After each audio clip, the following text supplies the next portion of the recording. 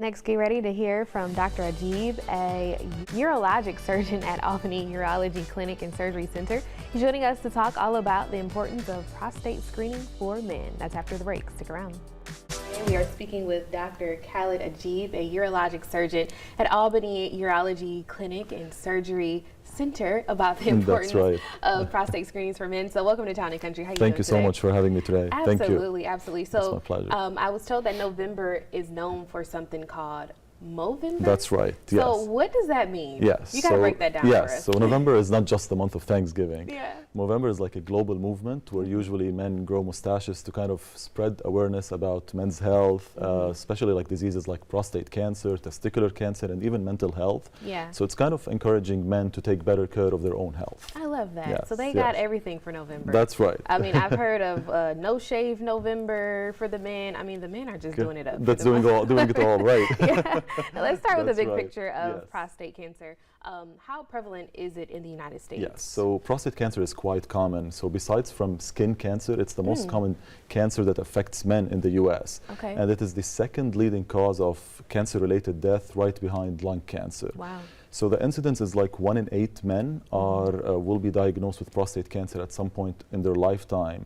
And we had several like autopsy studies that do show that the percentage can be as high as 60% in men above the age of 70. Okay. So it is quite common. Yeah. Yes. What about in Georgia? Is that the same? So Georgia, yeah, it like compared to other US states, it ranks 5th in regards to the incidence of prostate cancer. Okay. And in regards to cancer, like prostate cancer related deaths, it ranks 8th.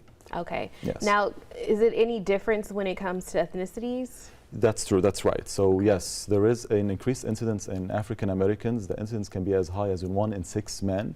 That's compared to 1 in 8, as I said like a while ago. And several studies did show that whenever African American men are diagnosed with prostate cancer, it's usually a higher stage of prostate cancer, and this is mainly related to some genetic factors. Okay. Yes. Do you think, and I like to ask any doctor, do you think that diet plays a role in any of this? Not really. Like in prostate cancer, it wasn't like scientifically proven that it does increase or reduce the risk of prostate cancer at this time. Okay. Yes. Let's talk about the screenings. What are the current recommendations? Recommendations, yes. So screening is very important, not just in prostate cancer. It's like testing for a disease when you have no symptoms.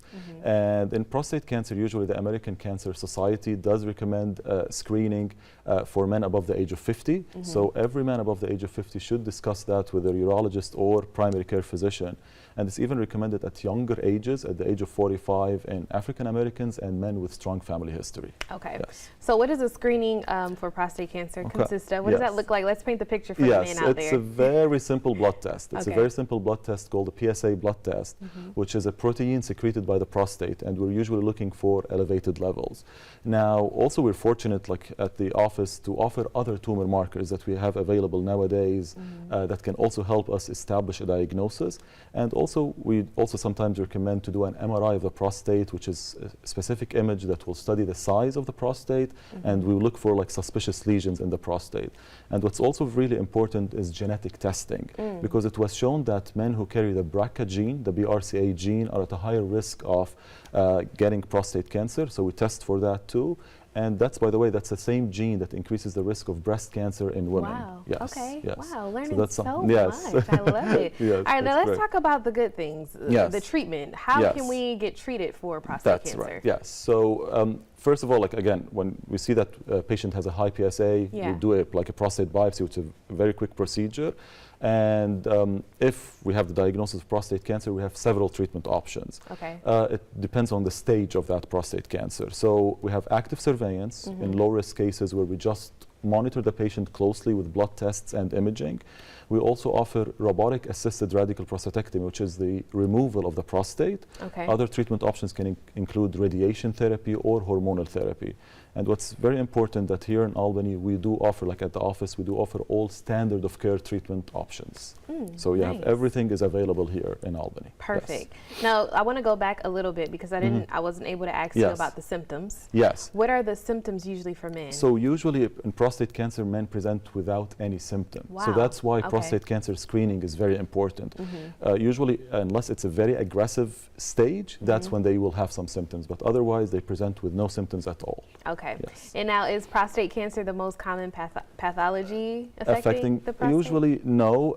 It's BPH, which is the benign enlargement of the prostate. That's the most common pathology affecting men above the age of 50, and mainly due to certain hormonal imbalances where the prostate will just continue to grow and can cause some urinary symptoms. Okay. And so when should men get screened?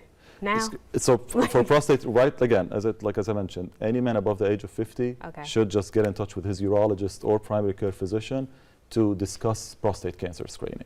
Okay, gotcha. Yes. All right, and then if they want to schedule an appointment with Yes. you, how can they get in touch with you So as it's well? super easy. They do not need any referrals. They Okay. can just give us a call at the office, and we'll be more than happy to help anyone with any urinary issue or to discuss prostate cancer screening. All right, perfect. Well, thank you so much. That Thank was you, very and insightful. it was a pleasure to be here today. And just Absolutely. want to tell, us at Albany Urology, we're always going to be committed to serve the community here in Albany and South Georgia. Absolutely, and it's right here in the Good Life City. That's so again, right. thank you so much. Thank you Dr. so Ajib. much. Thank you for having me Of today. course, and Thank I'll you. make sure I have all his information posted on our website at WALB.com. But don't go just yet. Coming up after the break, if you're getting ready to start your holiday shopping, you should